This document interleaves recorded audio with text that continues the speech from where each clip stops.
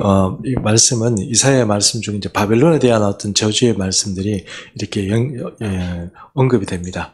근데 이제 바벨론에 대해서 이렇게 읽어보시면 지금 우리가 오늘 읽은 이야기 1절에서 12절까지의 말씀은 진짜 바벨론에 대한 이야기인지 좀 이렇게 좀 의문이 생깁니다. 왜냐하면 지금 한 이야기는 좀 광범위하게 뭔가 악을 심판하고 세상에 어떤 열국들이 모여서 뭐 전쟁의 소리, 뭐 군대들의 소리가 나온다는 이야기가 본문에 나옵니다. 사실 여러분 진짜 바벨론이 멸망할 때는 어느 나라에 의해서 멸망한지 여러분 아시죠? 예, 바사입니다. 페르시아에 대해서 망하거든요. 근데 여기에 뭐 열국이 모이고 민둥산이 모이고 그런 얘기가 여러분은 잘 이해가 안 되실 겁니다. 근데 왜 그런 표현이 이사야 13장 시작하면서부터 나와 있고 또 그리고 이사야 13장부터 23장까지 이 열국에 그러니까 열국이라는 것은 세상 나라를 말하는 거긴 하지만 진짜로 열 나라 말합니다. 딱 열 나라. 그러니까 이사야는 딱 진짜 10개의 나라에 대해서 하나님께서 그 미래와 어떤 장래의 이야기를 해주고 계시는데 그 중에 이제 첫 번째가 이제 바벨론 얘기가 나옵니다. 바벨론 얘기가 나오는데 바벨론이 이야기가 왜 서두에 나오는지를 그것부터 먼저 알아야 됩니다. 이해를 해야 됩니다. 왜냐하면 이사야가 이방 나라들 10개 중에 보통 지금 이사야가 8세기 선지자입니다. 8세기 선지자 BC 8세기니까 지금부터 한 2800년 전에 선지자거든요. 그러면 그 당시에는 어떤 나라가 가장 강력한 나라였냐면 고대 아시리아가 제일 강력한 나라였습니다. 아시리아가 가장 강력한 나라였고 여러분 히스기야 왕을 아시지 않습니까? 근데 그 히스기야 왕이 있을 때가 아수르가 쳐들어왔을 때거든요. 그러면 그때 아수르가 쳐들어왔을 때 바벨론에서 히스기야 왕이 아팠다가 나았을 때 바벨론에 사자를 보냈어요. 근데 히스기야 왕이 내탕구를 다 보여주고 막 다 보여줬거든요. 그래서 이사야가 화를 엄청 냈습니다. 왜냐하면은 나중에 이 아수르보다 더 강력한 나라가 바벨론으로 등장할 것을 알았기 때문에 그래요. 그러면 이 이사야 시대만 해도 이사야가 사후에 최소한 150년 살아생전의 어떤 숫자로 따지면 한 200년 후에 바빌론이라는 나라가 이 세상의 어떤 제국으로서 이 재패를 시작합니다. 그러니까 그게 신바빌론이에요. 바빌론, 구바빌론이 있고 신바빌론이 있거든요. 오늘 그런 얘기도 조금씩은 하겠습니다만 그렇게 따지면 이사야가 바빌론이라는 것 처음부터 아수르라는 나라를 가져와서 아수르에 대해서 저주를 하고 막 이렇게 아수르에 대해서 하나님의 신탁을 많이 이야기해야 되는데 이 10개 나라를 이렇게 언급하면서 별 얘기가 아수르에 대해서는 몇 개 없어요. 몇 개 없는데 이 바빌론에 대해서는 엄청 많습니다. 근데 왜 그렇게 바빌론에 대해서 많은 이야기를 하는가 하는 걸 생각해 보면 그게 이사야에서 말하는 바빌론이 어디하고 연결되면 요한계시록의 바벨론 음료까지 연결이 됩니다. 그러면 이 바빌론의 정체가 지금 이사야가 말하는 바빌론의 정체가 무엇인지를 먼저 이해를 해야 실제 하던 신바벨론 제국 그러니까 느부갓네살이 살았던 그리고 그 히스기야 남유다를 쳐들어와서 성전을 그렇게 무너뜨리고 예루살렘을 불태웠던 그 신바벨론 제국에 대해서도 알아야 되고 그리고 그 바벨론 제국이 가지고 있는 상징성에 대해서도 이해를 해야 바로 왜 없어진 나라 바벨론에 대해서 그것도 여러분 아시다시피 사도 요한이 살아있을 때도 바벨론이 존재했습니까? 이 땅에? 존재하지 않았습니다. 이해하시죠? 바벨론 제국은 벌써 망했어요. 없는 나라예요. 그러니까 사도시대 예수님이 계실 때만 해도 마찬가지고 예수님 이후에 사도 요한이 요한계시록을 쓸 때도 바벨론 제국이 없었어요. 근데 왜 사도 요한은 그 나라들을 얘기할 때 그 바벨론 제국이라는 것을 그렇게 써줬겠습니까? 그것은 오늘 이야기를 잘 이해해야만 요한계시록에서 말하는 바벨론 제국이라는 게 진짜 바벨론인지 아니면 다른 어떤 뭔가 이미지화에 대한 메타포를 얘기하는 건지 이해를 할 수가 있습니다. 그러면 먼저 오늘 본문에 얘기할 때 우리가 성경 이사야를 얘기할 때 제가 한 번씩 강조하는 말씀이지만 이게 어느 시대를 겨냥하고 말하는 건지를 잘 이해해야 된다고 그렇게 말씀드렸지 않습니까? 예를 들어서 이게 이사야 시대라면 이사야 본인의 시대인지 아니면은 이사야 시대가 있으면서 바로 임박한 시대가 있습니다. 예를 들어서 바벨론 시대는 이사야 사후에 한 150년, 살아생전까지 따지면 200년 후에 바빌론 제국 얘기가 등장한다고 그러지 않습니까? 그러면 임박한 이사야의 시대로 보면 한 200년 가까이 안에 있는 얘기니까 좀 임박한 이야기죠. 임박한 현실 이야기 아니면 임박한 미래 이야기. 그리고 예수 그리스도 이야기, 그리고 종말로 뭘 얘기한다고 그랬습니까? 종말의 이야기. 이것밖에 없어요. 중간에 뭐 어떤 이야기들이 많이 있을 것 같지만 예를 들어서 뭐 중세 기독교의 변화가 어떻고 뭐 어떻고 이런 얘기는 전혀 성경에 언급하지 않습니다. 그래서 뭐 미국 얘기도 안 나오고 중국 얘기도 안 나옵니다. 근데 이 성경이 말하고 있는 이스라엘 주변에 있는 나라들에 대해서는 열방 나라의 이야기들이 있습니다. 성경에 나와 있어요. 그리고 여러분 창세기에도 말씀드린 것처럼 창세기에 9장, 10장 이렇게 보면 거기에도 족보 얘기가 막 나오지 않습니까? 그 족보 이야기들이 사실 그 민족들이 지금도 이스라엘 주변에 그대로 살고 있는 나라들이에요. 그래서 우리가 이 성경이 말하고 있는 나라들을 잘 생각해 보면 멀리 있는 뭐 러시아다, 아니면은 뭐 영국이다, 네덜란드다, 이런 나라들의 이야기가 아니라는 것을 잘 이해하시고 종말의 시간도 똑같다는 것을 여러분 잘 염두에 두시면 성경 이야기가 훨씬 더 수월합니다. 근데 요즘 보면은 자꾸 이제 현대 신학자도 아닌 사람들이 그냥 표현은 죄송하지만 일부 유튜브들이 막 가져와서 자꾸 어떻게 이렇게 종말의 시간을 자꾸 얘기를 하는데 그 말 안 맞습니다. 안 됩니다. 그렇게. 물론 그 말에 근거가 전혀 없다는 뜻은 아닙니다. 그런데 성경적으로 보면 우리가 성경이 먼저 성경적으로 일단 말이 맞아야 되잖아요. 성경의 이야기를 우리가 이사야를 통해서 잘 이해를 하시면 요한계시록 읽을 때도 확실히 좀 이해가 잘 되고 우리 이윤목 목사님이 근거 없이 하는 얘기가 아니구나 하는 것을 이해하게 됩니다.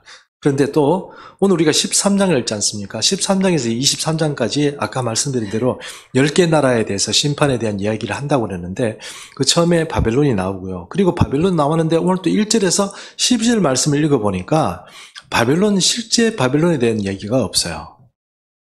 전혀 말이 안 맞는 이야기입니다. 예를 들어서 아까 말씀드린 것처럼 민둥산에 군대를 열국들을 모았다. 바벨론하고 상관없는 이야기예요. 바벨론 하나님께서 바벨론을 멸하기 위해서 사용하신 나라는 바사예요. 페르시아예요. 메데 바사예요. 메데 바사 이야기가 그 뒤에도 14절인가부터 나옵니다. 또 그러면 지금 1절에서 12절까지는 무슨 얘기예요? 전혀 바벨론하고 상관없는 이야기를 바벨론에게 관한 명령이라 하고 나오는 거예요. 그러면 바빌론이라는 그 나라 자체가 가지고 있는 상징성이 있다는 겁니다. 오늘 그것을 먼저 한번 정리를 해보고 어떤 기본에서 그런 얘기를 이사야서가 그렇게 말하고 있는가 하는 것을 잘 이해했으면 좋겠습니다. 먼저 그럼 오늘은 지도부터 먼저 한번 보도록 하겠습니다. 지도 한번 보여주시죠. 지도 보고 계시죠? 예.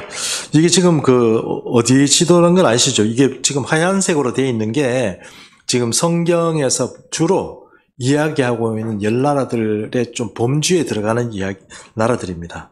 그럼 그 위에 터키가 보이시죠?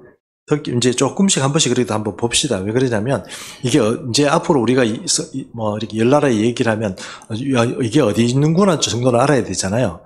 터키를 건너가면 유럽이란 건 아시죠? 예, 터키 건너가면 유럽입니다. 터키 있고, 터키 밑에 뭐 있습니까? 시리아 있습니다. 시리아. 맞죠? 예, 시리아 잘 아시고. 그 다음에 오른쪽에 보니까 이라크가 있죠? 그 다음에 그 오른쪽에는 이란이 있습니다. 그 밑에 보니까 쿠웨이트하고 이런 여러 나라들 조그만씩 막 붙어 있죠. 그죠? 아랍에미레이트하고 이런 것들이 다 붙어 있습니다. 예. 이런 나라들 별로 안 중요합니다. 예, 별로 안 중요하니까 상관은 없지만 이란은 중요합니다. 예.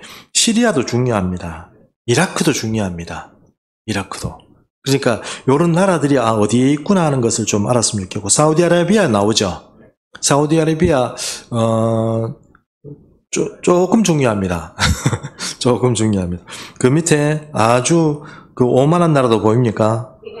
오만한 나라도 보이고 예스맨도 보이고 예멘. 그 다음에 왼쪽으로 가면 이게 아프리카 대륙을 넘어가는 겁니다. 그렇죠? 예, 수에즈 운하가 요 삼각 팬티처럼 생겼는데 왼쪽 편에가 그리고 조금 삼각 팬티 쪽에 이렇게 생기는 왼쪽 편에가 수에즈 운하고 그 옆에가 이제 이집트입니다. 수에즈 운하를 지금 누가 관리하고 있냐면 이집트가 관리하고 있습니다. 수에즈 운하를 처음에 개통하고 만든 것은 이제 불란서, 그러니까 프랑스입니다. 프랑스가 근데 그거 하다가 힘싸움에서 영국에 밀려가 영국에 일단 뺏겼다가 다시 이제 그게 또 이스라엘하고 또 전쟁을 붙어가지고 막 이렇게 서로 실강이 하다가 이스라엘이 이제 결국은 이집트에게 양보를 했습니다. 그래서 이집트가 지금 이 수에즈 운하를 관리를 하고 있고요. 이 수에즈 운하가 있으면 여러분 여기 보이는 것처럼 이 홍해라고, 홍해 있죠, 홍해.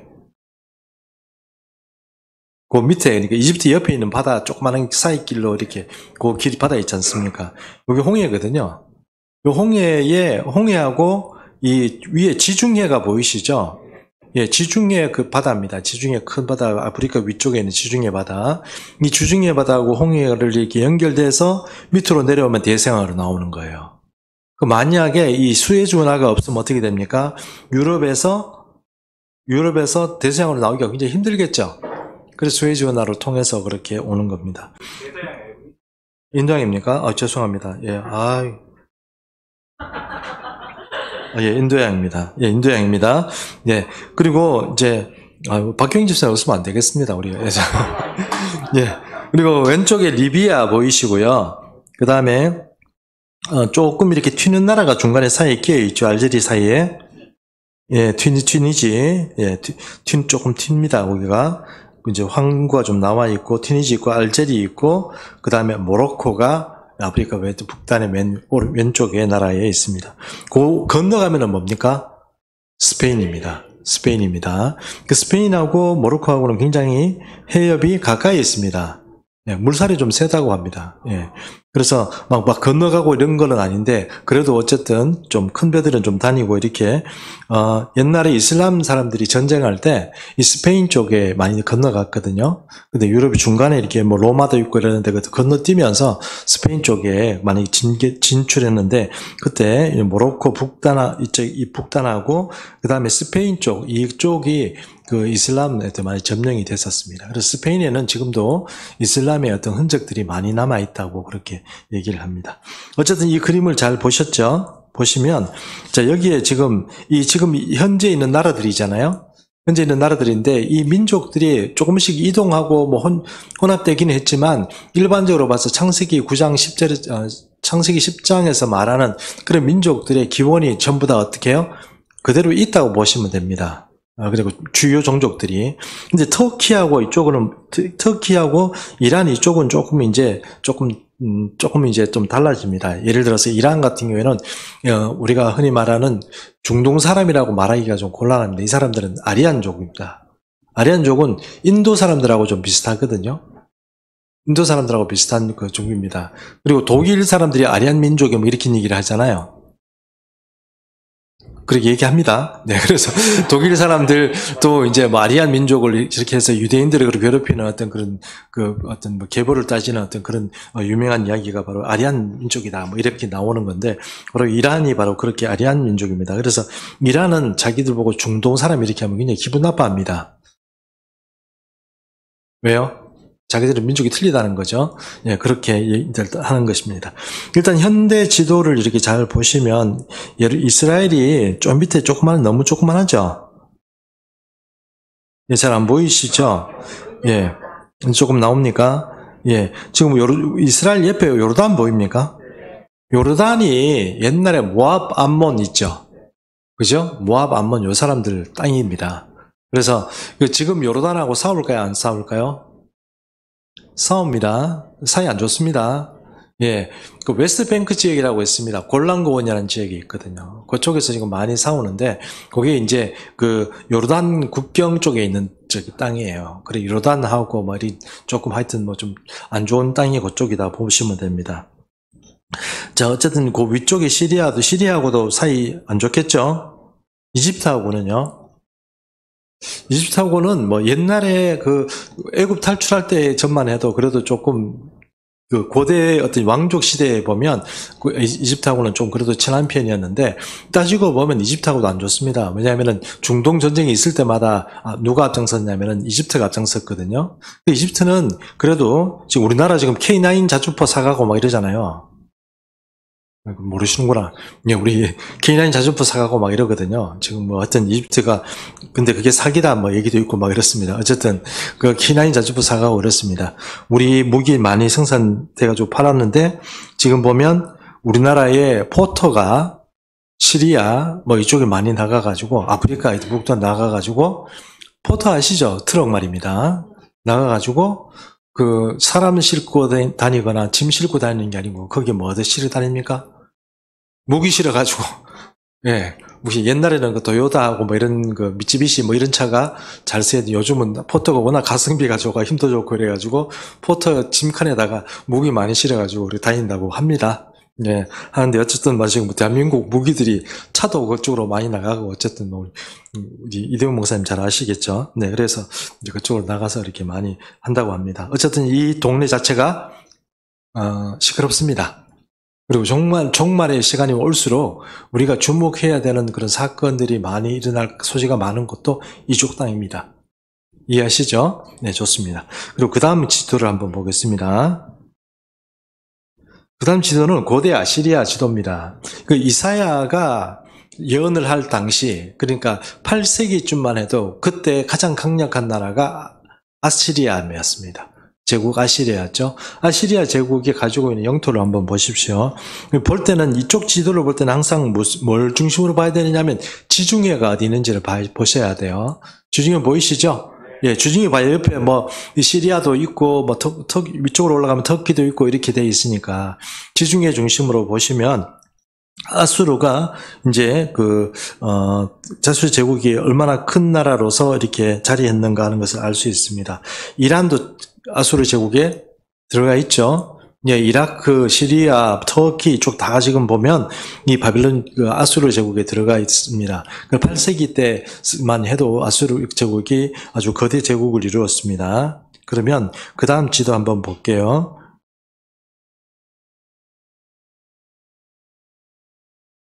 바벨론 제국이죠. 바벨론 제국은 어떻습니까? 바벨론 제국은 아수르보다는 조금 더 작아요. 예, 규모가 좀 더 크진 않고 작습니다. 작은데 아프리카 북단까지 못 가고 어떻게 되어 있습니까? 일단 팔레스타인 지역도 했고 그 다음에 옛날 엘람 지역이라고, 그러니까 엘람 지역, 그 다음에 메대 지역, 그다음 바사가 페르시아입니다. 예, 나중에 이제 메대라는 것과 바사라는 나라가 합쳐집니다. 합쳐져서 이제 처음에는 메데바사라고 하다가 나중에는 이제 패권이 이제 고레스 왕부터 시작해서 이제 이름이 이제 페르시아로 바뀝니다. 이 나라가 합쳐져 가지고 어쨌든 그것이 바로 이란이죠. 이란 민족들이 바로 오른쪽에 있는데 그 민족들까지 지금 다 점령된 상태로 바빌론 제국이 나타납니다. 이걸로 봐서는 여러분 아수르가 요게 지금 앞에 우리가 봤던 아수르 제국 그림과 뒤에 나오는 바벨론 제국의 그림이 비슷한 어떤 지역들을 같이 공유하고 있다는 것은 우리가 알 수 있습니다. 그런데 이제 아수르 제국보다 후발주자가 바벨론입니다. 이해하시죠? 그런데 이사야가 예언할 때만 해도 이사야가 바벨론 제국을 예언할 때만 해도 이사야는 미래를 보고 있었죠. 그렇지만 일반적으로 봐서는 바벨론이라는 제국은 그냥 도시 하나의 어떤 큰 도시 제국으로서 어떤 면모를 가지고 있었지, 어떤 강력한 제국으로서 아수르만큼 클 것이라고 예상하는 사람은 아무도 없었습니다. 그건 150년 이후에 일어날 일인데도 이사야는 벌써 바벨론 제국을 염두에 두고 그렇게 예언을 하고 있는 것입니다. 자, 넘어가면 이제 그림 하나가 나오죠. 여기 보면 이제 그림이 이제 두 개로 이제 스퀘어 이렇게 박스가 지금 두 개로 쳐져 있다는 거 보이시죠? 네, 지금 보이십니다. 여기 보면 이제 도시들이 이제 오른쪽에 이란이 보이고 왼쪽에 이라크가 보입니다. 이라크가 보이는데 이게 여러분은 지금 이 그림으로는 잘 안 보이시겠지만 이 사이가 어떻게 되냐면 이 강줄기 두 개가 이렇게 흘러요. 하나는 티그리스 강이고 하나는 유프라테스 강입니다. 이 강이 이제 이렇게 막 흐르는데 이 사이에서 도시들이 막 생기죠. 고대 도시들, 그러니까 수메르 지역이라고, 우리 수메르 문명이라고 그러는데 맨 처음에 메소포타미아 문명이 시작됐던 그런 어떤 지역을 수메르 지역이라고 그래요. 그 수메르 지역에 있었던 도시들이 이렇게 만들어지는데 이 수메르 지역의 도시들이 어떻게 해서 만들어지게 됐냐 하는 그 기원이 뭐 고대 고고의 인류학자들이나 고고학자들이 발견을 했지만 그 도시들이 처음에 어떻게 만들어졌느냐 그 창세기에 나와요. 창세기에 지금 밑에 벌써 힌트가 나갔네요. 그죠? 네, 창세기 한번 말씀 보겠습니다. 창세기 10장 8절 말씀을 보겠습니다. 구스가 또 니무롯을 낳았으니 그는 세상의 첫 용사라. 첫 용사란 건 뭡니까? 어떤 군대의 장관 같은 개념이거든요. 그러니까 우리가 용사가 있고 군인이 있으면 용사는 앞에 나가서 어떤 용호골 같은 사람을 말하는 거고, 그 다음에 일반적인 군대라는 사람은 그냥 군인을 말하는 거예요. 용사란 첫 용사다 이러면 이 사람이 앞에 나가서 굉장히 아주 강력한 어떤 리더십을 발휘하고 막 앞에 나가서 막 싸우는, 예를 들어서 삼국지로 말하면 유비, 관우, 장비 같은 이런 사람들을 얘기할 때 용사라고 얘기를 하는 거거든요. 그러면 이 사람이 세계 최초로 어떻게 해요? 그런 용사였던 거예요. 누가요? 니무롯이. 그래서 니무롯이 가서 그런 용사가 9절 말씀 보면 그가 여호와 앞에서 용감한 사냥꾼이 되었으므로 속담에 이르기를 아문은 여호와 앞에서 니무롯같이 용감한 사냥꾼이로다 하더라 이렇게 됐습니다. 사냥꾼은 여러분 용감한 용사가 사냥꾼이라고 그래가지고 사냥을 뭐 새 사냥하는 거겠습니까? 멧돼지 사냥하는 거겠습니까? 그런 뜻이 아니고 사람 사냥을 한다는 뜻이거든요. 그러니까 정복 전쟁을 하는 사람이라 이런 뜻입니다. 그래서 예전에는 그렇게 뭐 도시들을 뭐 정복하고 이런 게 잘 없었는데 이 니무롯이라는 사람이 도시국가를 만들어가기 시작하면서 정복 전쟁을 했다 이런 의미로 보면 되겠습니다. 그래서 10절에 보면 창세기 10장 10절에 보면 그의 나라는 시날 땅의 바벨과 에렉과 악갓과 갈레에서 시작되었으며 맞죠? 여러분 도시들이 잘 안 보이시죠? 안 보이시는데 지금 이 도시들이 지금 제가 부르는 시날 땅의 바벨, 에렉, 악갓, 갈레에서 시작되었다고 그래야 되는데 이 도시들이 다 발굴이 됐습니다.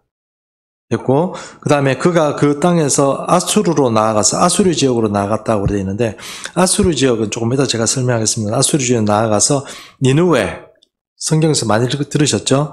르호보딜과 갈라와 및 니느웨와 갈라 사이에 레센이라는 땅을 건설하였다 이렇게 되어 있습니다. 그런데 레센이라는 땅은 지금 발굴이 안 됐고 이 도시들이 다 발굴이 됐어요. 그 도시들은 바로 아까 말씀드린 것처럼 유프라테스 강과 티그리스 강 주변에 있는 도시들입니다. 그 중에 우리가 잘 알고 있는 도시 이름이 뭡니까? 바벨입니다.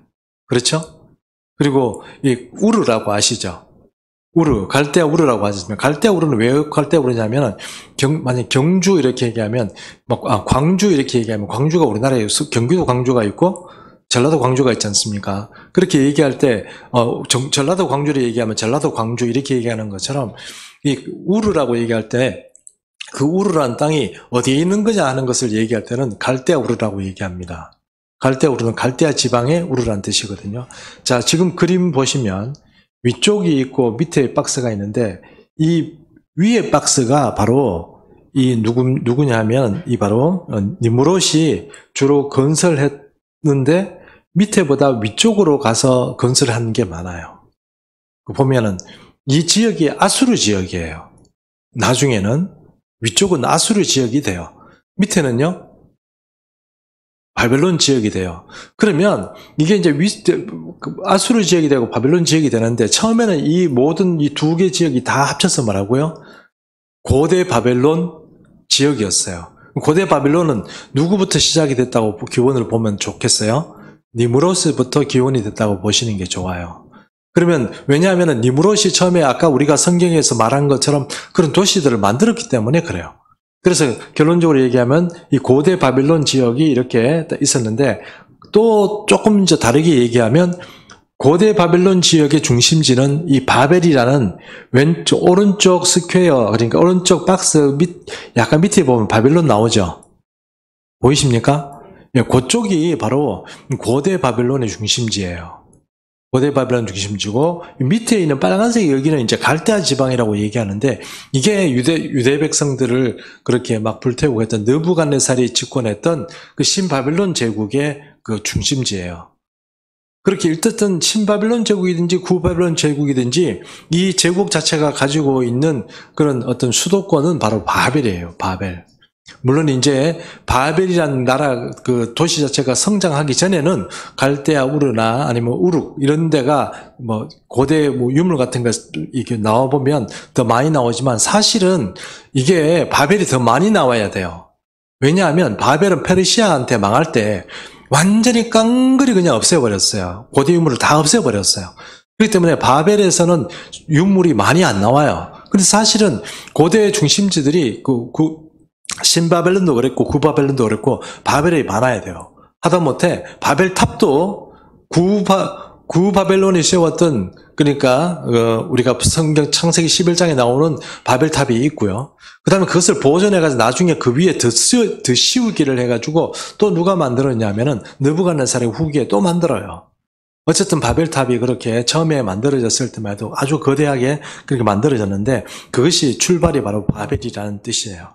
자, 결론적으로 우리가 나중에서 결론을 내겠습니다만 이 바벨론이라는 나라 자체는 모든 세속 정권의 대표 주자격이에요. 그러니까 수메르 정권 자체가 시작됐을 때 아람 사람들이 시작했던 그런 어떤 그 정권의 시작들이 바로 이 바벨론부터 시작을 하는 거예요. 그래서 이사야서에 보면 어떤 표현이 자주 나오냐면 바벨론을 얘기할 때 바벨론이 진짜 바벨론이 있고요. 그리고 또 어떤 바벨론이 있습니까? 모든 세속 권력을 상징하는 바벨론이 있어요. 그래서 아수르도 있고 페르시아도 있고 다 있지만 성경에서는 주로 그 세상 권력을 상징해서 공격할 때 누구라고 얘기를 하냐면 바벨론이라고 하는 거예요. 그러면 요한계시록에서 바벨론 음녀 이렇게 나온다 그러면 그게 진짜 바벨론을 얘기하는 겁니까? 아니면 세속의 어떤 정권과 어떤 세속적인 나라를 얘기하는 겁니까? 세속적인 나라를 얘기하는 거예요. 근데 바벨론 음녀라고 얘기하면 바벨론 음녀는요 세상 왕들을 다스린다고 그랬어요. 그러면 바벨론 음녀라는 것은 또 누구예요? 왕들, 세상에 있는 왕들을.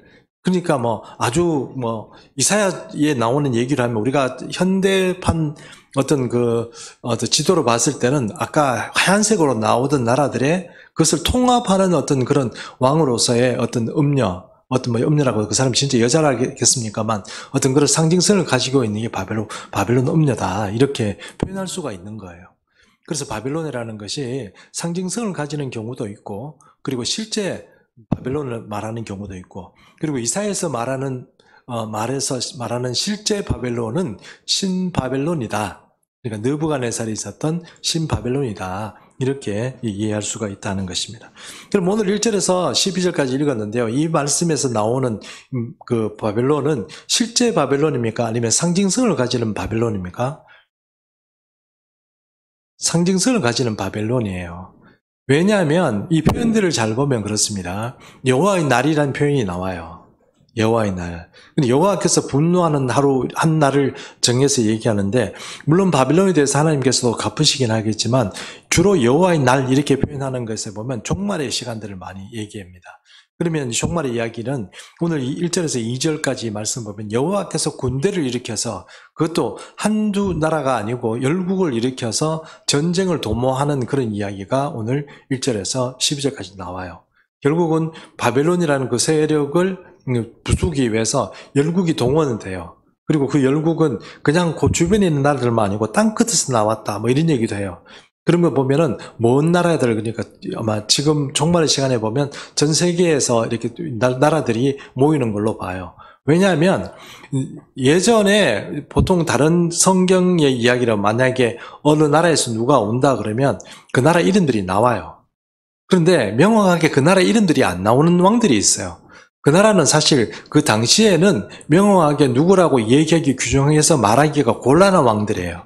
그런 사람들은 어떻게 얘기해요? 멀리 왔으면 땅끝에서 왔다, 아니면 하늘 끝에서 왔다, 이런 식으로 표현을 하고, 당시에 역사적으로 이스라엘과 전혀 상관이 없는 민족들이 나중에 등장한다는 뜻으로 이렇게 이해하시면 될 것입니다. 그래서 오늘 1절에서 말씀부터 한번 잠깐 얘기를 해보겠습니다. 그래서 1절 한번 보겠습니다. 아모스의 아들 이사야가 바벨론에 대하여 받은 경고라 이렇게 얘기했습니다. 이 바벨이란 말 여러분은 의미가 뭔지 성경에 나오거든요. 바벨탑에서 여러분 언어가 혼잡됐잖아요. 혼잡되면서 바벨탑에서 혼잡되면서 그 바벨이란 이름이 뭐라고 나오냐면은 혼잡 이렇게 뜻이 나오거든요. 혼잡, 어지럽다 이런 뜻이 되는 거죠. 섞여가지고 어지럽다 이런 뜻으로 얘기할 때 바벨이라는 뜻을 씁니다. 그런데 그 바벨이란 말 자체가 원래 가지고 있던 도시 이름 바벨이 나오지 않습니까? 원래 그 우리 한국 그러니까 히브리 말로 바벨이라고 이렇게 해석을 해서 보면 혼잡, 혼동 이렇게 나오지만 원래 그 땅에 있을 때 메소포타미아 땅에서의 그 이름은 바벨이라고 하면 그것이 뭐냐면 신의 문이란 뜻입니다. 신의 문. 그래서 바벨탑 이렇게 하면 그건 분명히 종교시설이라고 보면 돼요. 왜요? 신을 만나는 문이니까. 그래서 바벨탑 이렇게 하면 종교문이라는 거예요.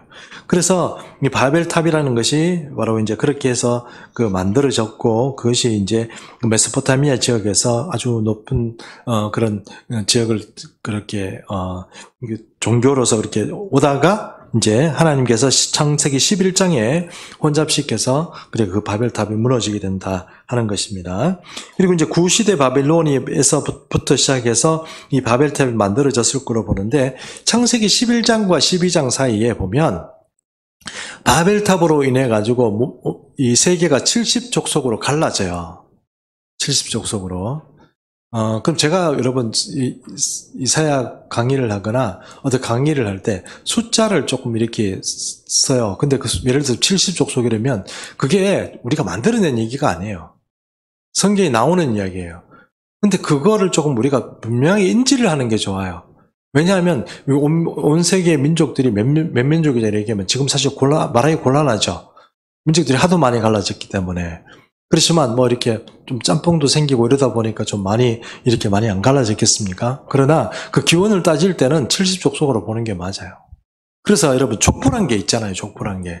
그럼 왜 우리가 성경에서 창세기가 중요하냐면 이게 족보가 나와요. 인류의 족보가 나와요. 이런 족보가 나오는 전 세계의 인류의 족보가 나오는 책이 세상에 존재하지 않아요. 우리 창세기 성경밖에 없어요. 그러니까 그런 민족들이 이렇게 갈려나간 이야기가 여기에 이제 이렇게 나오는 거죠. 그러니까 어쨌든 그렇게 나오는 겁니다. 근데 그 중에 이제 여러분 아시다시피 고대 바빌론이 나오게 되는데 고대 바빌론의 가장 유명한 왕 이름이 누군지 아시죠? 6대 왕조 함무라비라는 사람입니다. 세계사 시간에 좀 배우셨을 거예요. 함무라비 왕조가 되면 거기서부터 이렇게 법전이 나오고 아시죠? 예. 아, 이게 그렇죠. 눈에는 눈, 이에는 이. 눈 하나 잃었는데 눈 2개 빼버리면 안 되죠. 뭐 그런 식으로 동해보복법이라고 하죠. 그런 법들이 지금 나와 있는 게 세계의 어떤 그런 법들이 바로 그 함무라비 법전에 나오는 이야기입니다.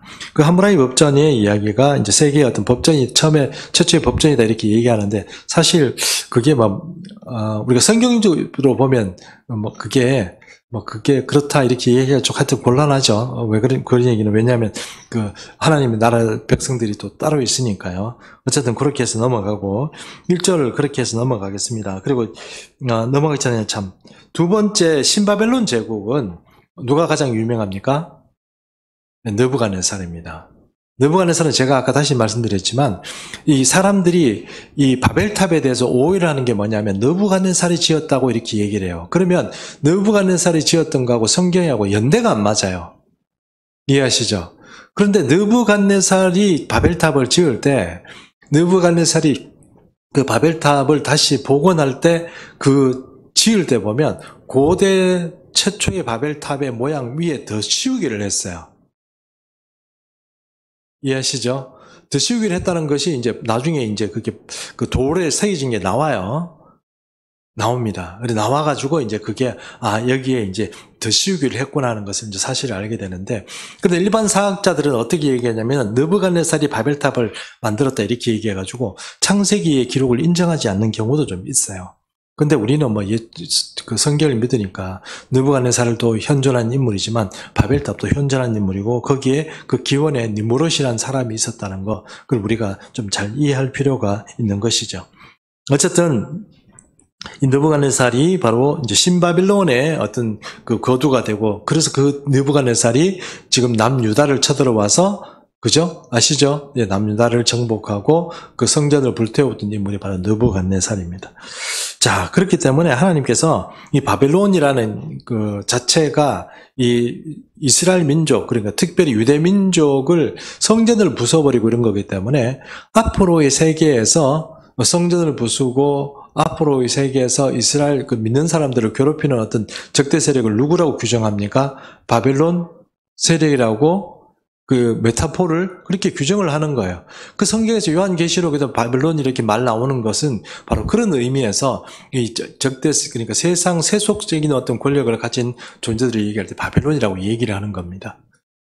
예, 그 정도 이해하시겠죠? 그래서 이사야서에는 그런 바벨론 이야기도 있고 저런 바벨론 이야기도 있고 두 가지가 다 존재한다는 것을 잘 이해하시고 본문을 읽을 때 이게 종말의 시간에 진짜 세속 정권을 무너뜨리는 하나님이 일을 하는 건지 아니면 그 고대에 진짜 있었던 신바벨론 제국을 무너뜨리려고 하시는 이야기인지를 잘 분간해야 돼요. 성경을 읽으면 그런 얘기를 잘 분간하는 게 중요하다는 것입니다. 두 번째 줄 13장 2절 보겠습니다. 너희는 민동산 위에 기치를 세우고 소리를 높여 그들을 부르며 손을 흔들어 그들을 존귀한 자의 문에 들어가게 하라. 이렇게 됐습니다. 여기 보면 이제 말이 좀 어렵죠. 이 말을 그냥 우리가 이해하면 좀 어렵습니다. 민동산이 뭐죠? 나무가 없는 산이잖아요. 민둥산에다가 이게 기치를 세운다는 얘기는 제가 이전에도 한 번씩 말씀드렸다시피 군대를 모은다는 뜻이 있어요. 군대를 모은다는 뜻이 있거든요. 군대를 모은 뜻도 있고 나라를 세운다는 뜻도 있어요. 뭐 깃발을 꽂는다 아니면 뭔가 이렇게 뭐 백성들을 모은다, 군대를 모은다 이렇게 얘기할 때 주로 쓰는 게 뭐예요? 기치라는 걸 이렇게 쓴단 말이에요. 그래서 여기서 기치를 배우고 민둥산 위에 기치를 세운다는 얘기는 뭡니까? 사람들이 발견하기 쉬운 장소로 높은데 사람들 모은다는 거예요. 그러면 여기서 보면 막 사람들을 모아가지고 세우고 소리를 높여 그들을 불러요. 야 빨리 와 빨리 이렇게 부른다는 뜻입니다. 그리고 또 뭡니까? 손을 흔들어 그들을 존귀한 자의 문에 들어 여기 빨리 들어오라고 이렇게 얘기하는 거예요. 여기에 존귀한 자라는 건 왜냐하면 하나님께서 이 무리들을 모으시기 때문에 그래요. 전쟁하려고. 그러면 이 민둥산 위에 보기 좋은 사람들이 발견하기 쉬운 장소에다가 지금 기치를 세우고 여기 깃발으로 다 모여라 이렇게 해서 사람들을 모은다는 뜻이에요. 많은 사람들을 모은다 이런 의미로 2절 말씀을 이해할 수 있을 것입니다. 그리고 3절 말씀에 보면 내가 거룩하게 구별한 자들에게 명령하고 나의 위엄을 기뻐하는 용사들을 불러 나의 노여움을 전하게 하였는 이 사람들을 불러가지고 하나님의 수단이 무엇입니까? 내가 나의 노여움을 이 사람을 통해서 어떻게 해요? 풀겠다는 뜻이에요. 이해 못할 건 없죠? 내가 이 사람들 통해서 풀겠다는 뜻입니다. 자, 그리고 여기 보면 이제 4절 말씀 보겠습니다. 산에서 무리의 소리가 나며 많은 백성의 소리 같으니 곧 열국 민족이 함께 모여 떠드는 소리라 이렇게 됐습니다. 자, 여기서 아까 제가 말씀드린 것처럼 이 바벨론이 진짜 실제하는 신바벨론 제국의 멸망에 대해서 얘기하는 건지 아니면은 어떤 상징성을 가진 제국에 대해서 얘기하는 건지를 제가 잘 구별해야 된다고 그랬잖아요. 그러니까 신바벨론 제국을 무너뜨린 나라는 누구라고요? 바사입니다. 여러 나라들이 동원된 게 아니에요. 열국이 모인 게 아닙니다. 이해하시죠? 그러면 여기서 지금 얘기하는 건 무슨 얘기입니까? 뭔지 모르지만 종말의 시간에 많은 나라들을 불러 모아가지고 지금 전쟁을 한다는 뜻이에요. 그런 시대가 지금 오는데 그것이 뭐냐면은 바로 여호와께서 싸움을 위하여 군대를 검열하심이로다 하고 그다음에 13절 5절을 봅니까?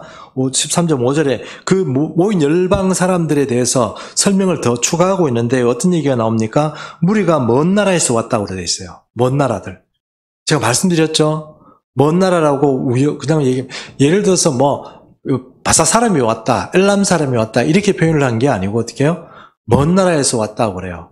그러니까 그 먼 나라들은 성경에서 보면 그 민족들이 그 계보가 아니면은 분명하지 않는 사람들을 주로 이런 식으로 표현을 해요. 그렇게 해서 먼 나라에서 왔는데 또 하늘 끝에서도 왔다고 했어요.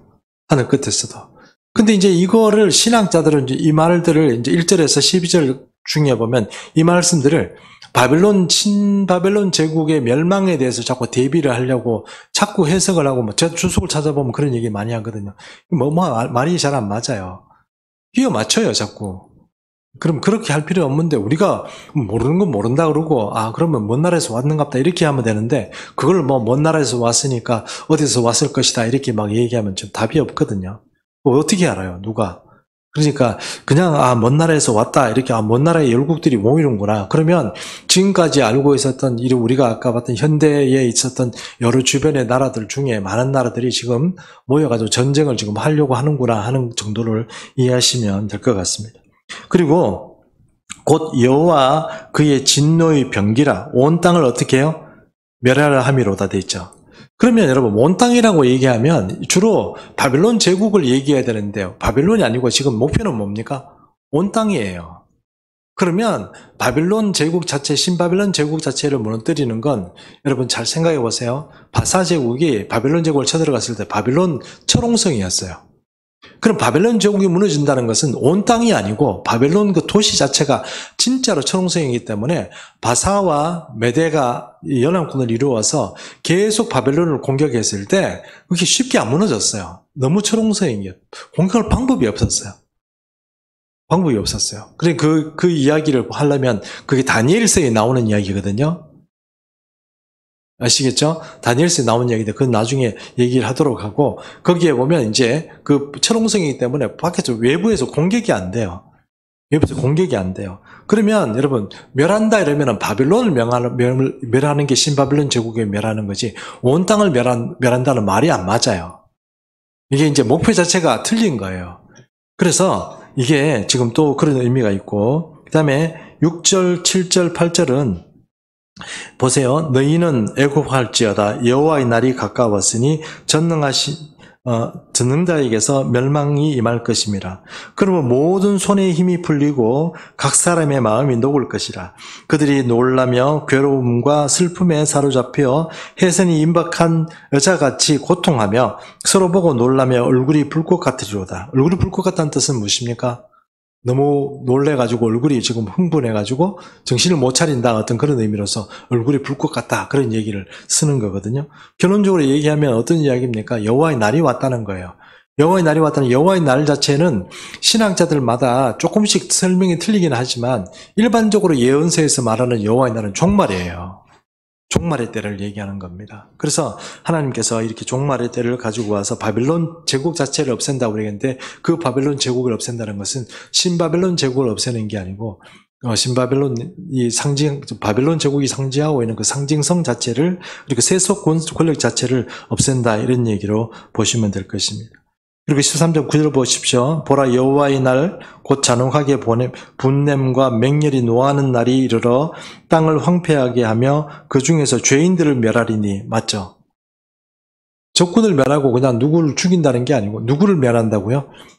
죄인들을 멸한다. 그 목표가 분명히 일반적인 전쟁과는 다르다는 것을 좀 이해하실 것입니다. 그래서 쭉 내려가서 10절 말씀 보겠습니다. 하늘의 별들과 별무리가 그 빛을 내지 아니하며 해가 돋아도 날이 어두우며 달이 그 빛을 비추지 아니할 것이로다. 이렇게 됐습니다.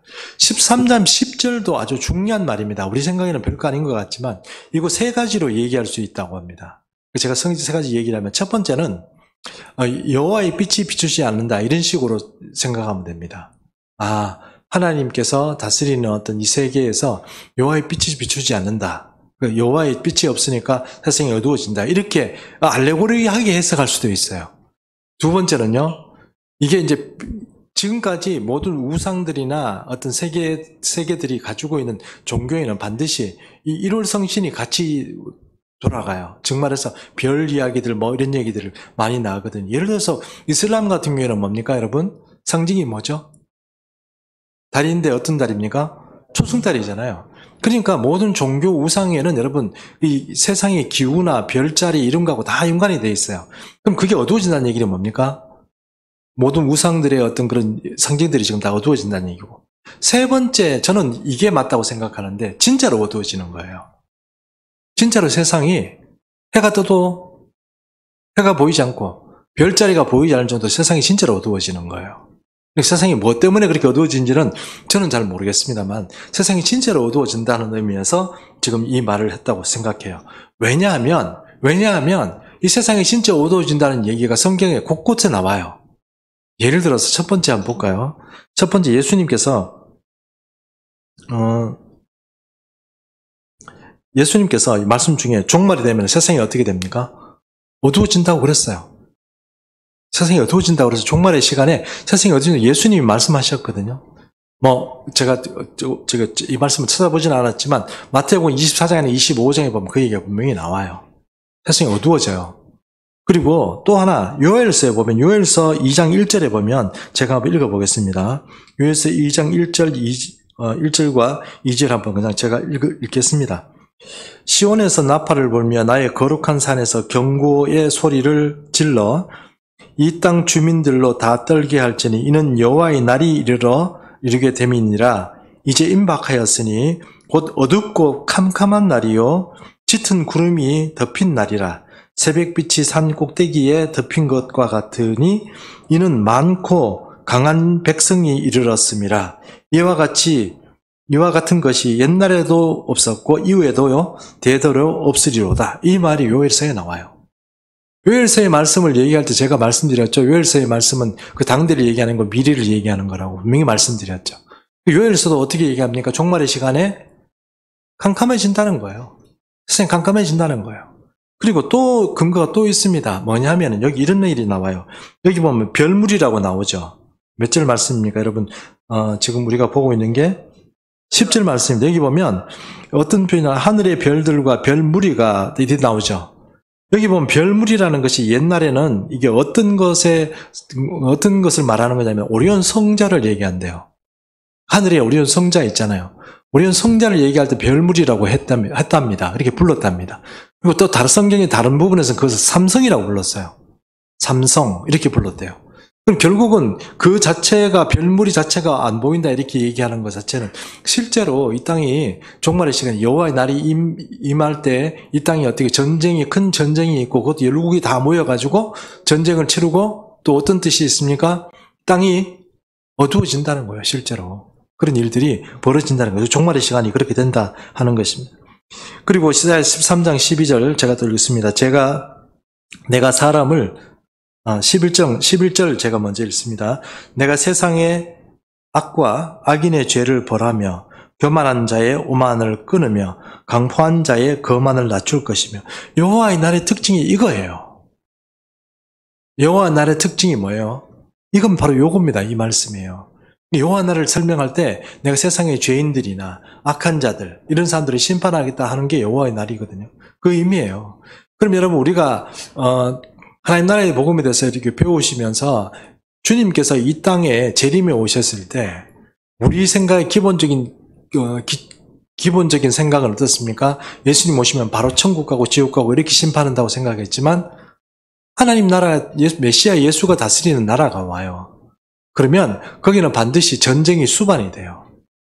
수반이 됩니다. 그럼 그 전쟁이 수반이 되는데 그 전쟁이 어떤 식으로 진행되는지 사실 아는 사람은 아무도 없어요. 그러나 요한계시록이 말하고 있는 큰 전쟁이 있습니다. 많은 사람이 죽어요.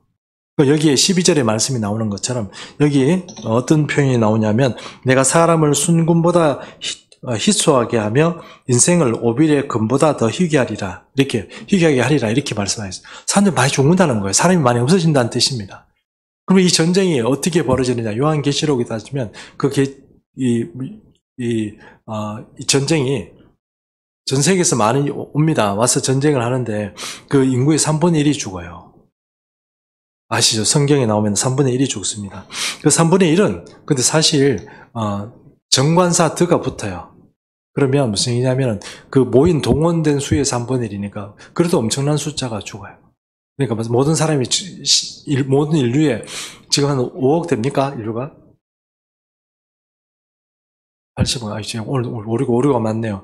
여러분 지금 80억쯤 되는데 그 위에 3분의 1이 죽으면 몇 억이 남는 거예요? 한 20몇 억 남는 거네요. 그죠? 그 정도까지 50몇 억이 죽어버리는 게 아니고 어떤 군인이 그 정도로 죽는 게 아닌가 생각합니다. 왜냐하면 성경이 말하고 있는 그 전쟁이 붙어가지고 이제 큰 전쟁이 유브라데 강가에서 전쟁이 벌어진다고 그랬거든요. 근데 그 전쟁 아마게돈 전쟁하고 틀립니다. 예. 아마게돈 전쟁하고 틀립니다. 그러니까 그런 전쟁이 벌어졌을 때 그 인구의 3분의 1이 죽는다고 그랬기 때문에 그게 인류가 좀 많이 죽는데 그게 인류가 죽는 게 아니고 그 동원된 군인들이 많이 죽는 거다 이렇게 보시면 됩니다. 그 땅이 황폐해집니다. 그리고 그 많은 사람들이 이제 죽어 없어지고 그리고 그 이후에 이제 나오는 이야기들은 이제 신바벨론 제국에 대한 이야기도 그렇게 또 뒤에 언급이 됩니다. 그리고 이 신바벨론 제국에 대한 언급뿐만 아니고 그 뒤에 보면은 여러분 아시는 계명성 얘기 아시죠? 계명성이 그 바벨론입니다. 얘기할 때 그럼 계명성이 바벨론이라고 그러면 그럼 신바벨론 제국의 어떤 그런 뭐 신이 바벨론이라 계명성이란 말이냐 이렇게 얘기하면 더 곤란해집니다. 그러니까 상징성이 있고 또 뭐가 있습니까? 실제가 있습니다. 근데 그걸 잘 구분해서 볼 줄 아는 것도 이렇게 좀 필요하다 하는 것입니다.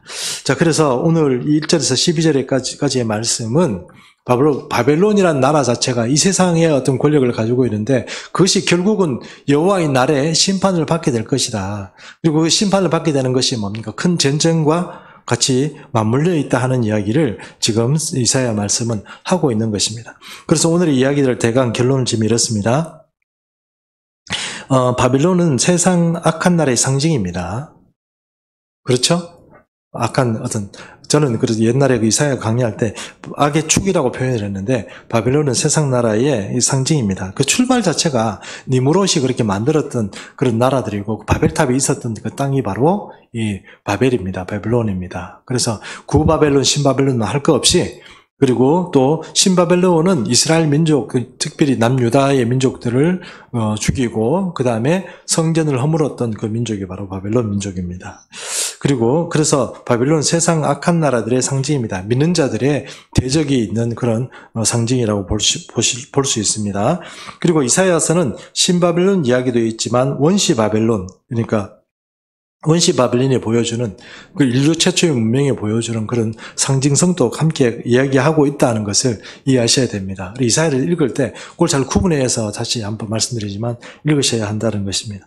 다음 시간에 그러니까 다음 주에 말씀드릴 때는 이 오후의 시간에 진짜 바벨론 신바벨론이 어떻게 멸망했느냐가 바로 그 이어지고 있습니다. 그 바벨론 이야기, 바사 나라를 일으키는 이야기, 그런 이야기들을 우리가 다음 주에 다루도록 하겠습니다. 그리고 요한계시록에서 말하는 바벨론 음녀는 사실 바로 이사야가 말하는 바벨론과 연결이 된다는 것을 좀 상징성을 가지고 연결이 된다는 것을 잘 이해하셔야 됩니다.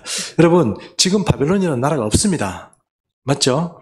그리고 예수님이 당시에도 바벨론이라는 나라가 없었고, 그리고 또 그 사도 요한이 요한계시록을 쓸 때도 없었습니다. 그러나 요한계시록에는 바벨론이 등장합니다. 그 바벨론이 등장하는 것이 진짜 이 땅에 존재하는 역사적인 어떤 그 바벨론을 얘기하는 거 아니고 세속 권세를 말한다는 것을 염두에 두고 우리가 이해를 할 필요가 있다는 것입니다. 그리고 그것을 이제 오늘 이사야의 말씀 통해서 우리가 한번 살펴봤습니다. 자, 기도하겠습니다. 살아계신 하나님 아버지, 오늘